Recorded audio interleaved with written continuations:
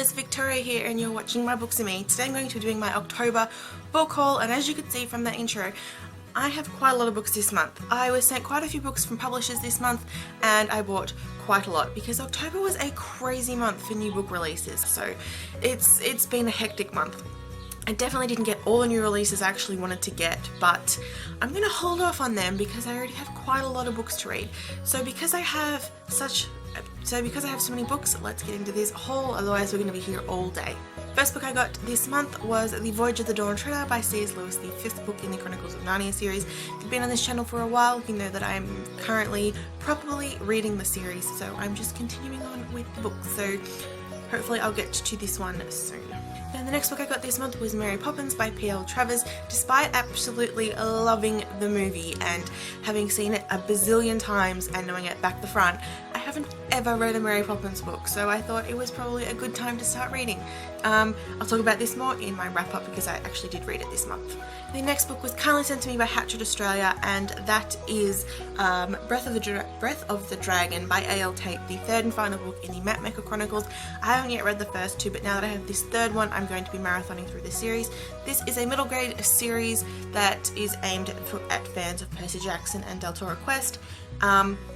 And it follows this boy named Quinn, who is a mapmaker or a mapmaker apprentice, I'm not quite sure, and he is given the task by the king to map the world, and he is wondering why, because everyone knows that the world is flat and if you sail off the edge you fall into the mouth of a dragon, and that's an actual thing, it's not like what everyone thought back in the day.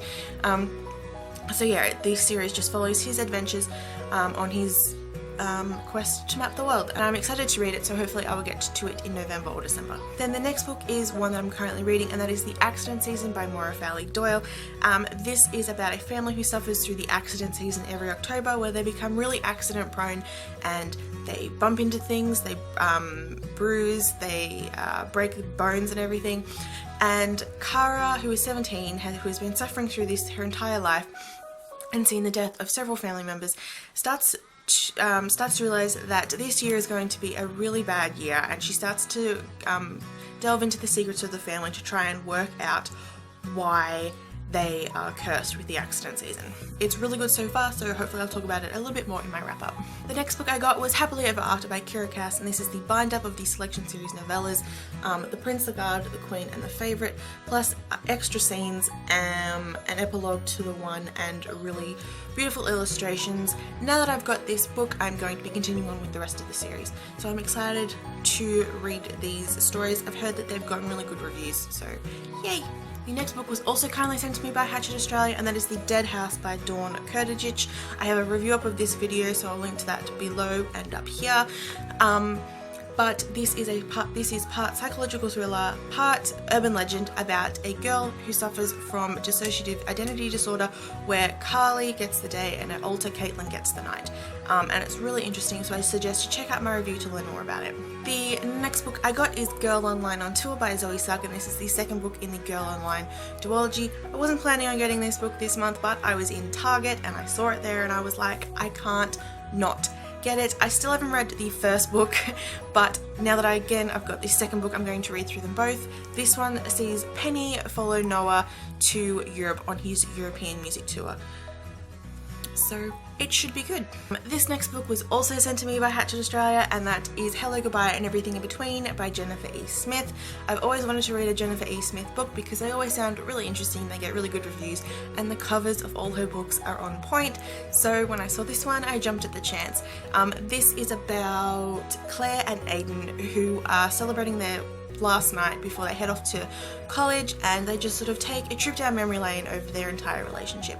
It sounds really interesting, definitely something I'm going to be interested in, and I'm hoping to read it very, very soon. The next book is something that everyone bought in October, so if you're watching book hauls at the moment, then you're going to get really sick of this book, and that is Magnus Chase and the Sword of Summer, the first book in the Magnus Chase and the Gods of Asgard series by Rick Riordan. This is Rick's new series that focuses on Norse mythology, and Magnus Chase is the son of a Norse god. It is similar to Percy Jackson, but obviously Norse mythology.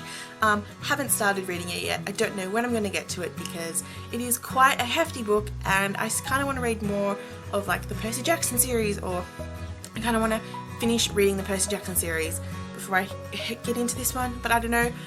awesome fact about this book, it's also signed, which is quite exciting. If you saw my Owl Crate unboxing earlier this month, you would have seen this next book, and that is Dumplin' by Julie Murphy. This is about a girl or a woman who is a plus size woman, and she is just very confident with who she is. She doesn't let society get her down for not being the ideal body type. Yeah, it should be really fun. Again, I'm hoping to get to this one soon. The next book was also kindly sent to me by Hatchet Australia, and that is Gold Fame Citrus by Claire Vaye Watkins. This is about a time when California is a desert, there is no water left, and everyone has abandoned the West Coast. However, there are people who are still there, who are still sort of trapped there, and two of them are Luz and Ray, and they have to find this man who can find water, and it's just testing their relationship and everything. So it sounds really interesting. Again, I'm hoping to get to this one soon. Again, this next one was sent to me by Hatchet Australia. They had so many good books coming out, I just had to get them all. And that is Cleopatra's Shadow by Emily Holloman. This is about Cleopatra's younger sister, Arasuni, and it looks at Cleopatra's reign through the eyes of her long forgotten sister, and how she deals with also her annoying father and her half-sister Brennus after she seizes power. So this should be really interesting. I don't know too much about Cleopatra's family, but this should be really interesting. The next book is another one I wasn't planning on getting this month, and that is Illuminae by Amy Kaufman and Jay Kristoff. I was going to leave this for a while because it is quite a big book, and I already had so many books this month, but when I was on Booktopia, I noticed that you could get a signed copy, and I bought it and I got a signed copy. I'm really excited to read this though. This is a sci-fi that is set in the year, 2575, and it is about two rival megacorporations. They're at war over a planet that's little more than an ice-covered speck at the edge of the universe. Too bad nobody thought to warn the people living on it. And it's about Katie and Ezra, who are sort of don't really talk to each other, and they're forced to work together to try and save the planet pretty much. And this book is really interesting because it's just told through a series of chat logs and emails and documents and stuff, and there is very little actual storyline to it. So I'm very excited to read it. So I am really excited to read it, probably in December or maybe January, I'm not quite sure, but it's got an absolutely beautiful cover, so I just can't wait to put it on my shelf for the world to see, because it's just really beautiful. The next two books I got are graphic novels or comic bind-ups, whatever you want to call them. The first one is Charmed Season 9 Volume 4 by Paul Reedus. This is the closing volume for the Season 9 collection of comics, and I've already read this. I'll talk a bit more about it in my wrap-up. And the other one is Saga Volume 1 by Brian K. Vaughan and Fiona Staples. I just wanted to get more into graphic novels, and everyone is talking about the Saga series, so I just had to buy the first one. It looks really interesting. The art is really beautiful, and I can definitely tell you that this is not for a younger audience because there are some very graphic stuff in here, but I'm excited to read it all the same. The next book I got is a non-fiction book, and that is Jack the Ripper, Scotland Yard Investigates by Stuart P. Evans and Donald Rumbelow. Last month I was doing an assignment on Jack the Ripper for uni, and it was mainly just reading journal articles, which was fun, but I definitely wanted to know a little bit more comprehensively about Jack the Ripper. I mean, I know quite a lot already because I have studied him several times, but I just saw this book and it was relatively cheap, and I thought, why not? This just looks at sort of every aspect of the case, from the suspects they thought at the time, to the victims, to the police, to the media, and then it also looks into the suspects that have come up in recent years. So I'm excited just to slowly make my way through this. The next book I'm really excited about, it was kindly sent to me by Pam Macmillan Australia, and it is absolutely gorgeous. It just came out on the 27th, and that is The Royals in Australia by Juliet Ryden. I am currently making my way through this. This is a book that just literally looks at every time like the royals have come to Australia, their connection with Australia and everything, and it goes back to the 1867 when the first royal visit was, and just looks through currently the Windsors and their visits to Australia. It goes all the way up to when William, Kate and George came 2 years ago, I think it was, or was it last year? I can't remember, when they came for their visit. And it's just filled with really beautiful photos. It's really beautifully laid out, and yeah, I'm excited to continue to read this, and when I finish it I'll be doing a review, so check that out. I definitely recommend this to all fans of the royal family, especially if you're an Australian who likes the royal family. finally, the last book that I'm pretty sure a lot of people are also hauling this month, and that is Harry Potter and the Philosopher's Stone, the illustrated edition, illustrated by, what is it, Jim Kay. This is absolutely beautiful. There is just over 100 illustrations in here. Pretty much every page has some form of illustration. If not, even if it doesn't have an illustration, the pages is just really beautiful anyway. It's just so beautiful. I mean, look at it. Like, I'm not going to show you too much more because you have to read it. I haven't read it yet, but I have flipped through and looked at most of the illustrations anyway. But yeah, if you are wanting to get back into Harry Potter, or if you're wanting to get into Harry Potter for the first time, check out this book.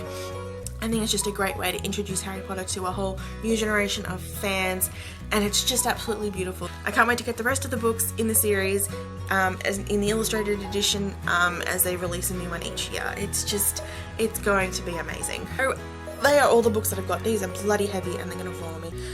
This month, thank you to Hatchet Australia and Pam McMillan Australia for sending me those couple of books. I'm excited to read them all. I'm actually at the point where I have quite a dilemma as to what I want to read because they are all really good. But yeah, I'm really proud that I've actually read some of these books already. So that's like kind of a bit of a chunk taken out of the TBR, but then not really because I've got so many bloody books. Thank you guys so much for watching. Make sure you follow me on Twitter, Tumblr, Facebook and Instagram because I post over there all the time. Don't forget to click that subscribe button if you like what you see. I make new videos every Wednesday and Saturday, and I've got some more videos coming up over the next couple of weeks that you might be interested in watching. Other than that, I will see you guys very, very soon, tomorrow actually, with my October wrap-up, which should be really fun because I read quite a few books this month. So I'll see you guys then. Bye.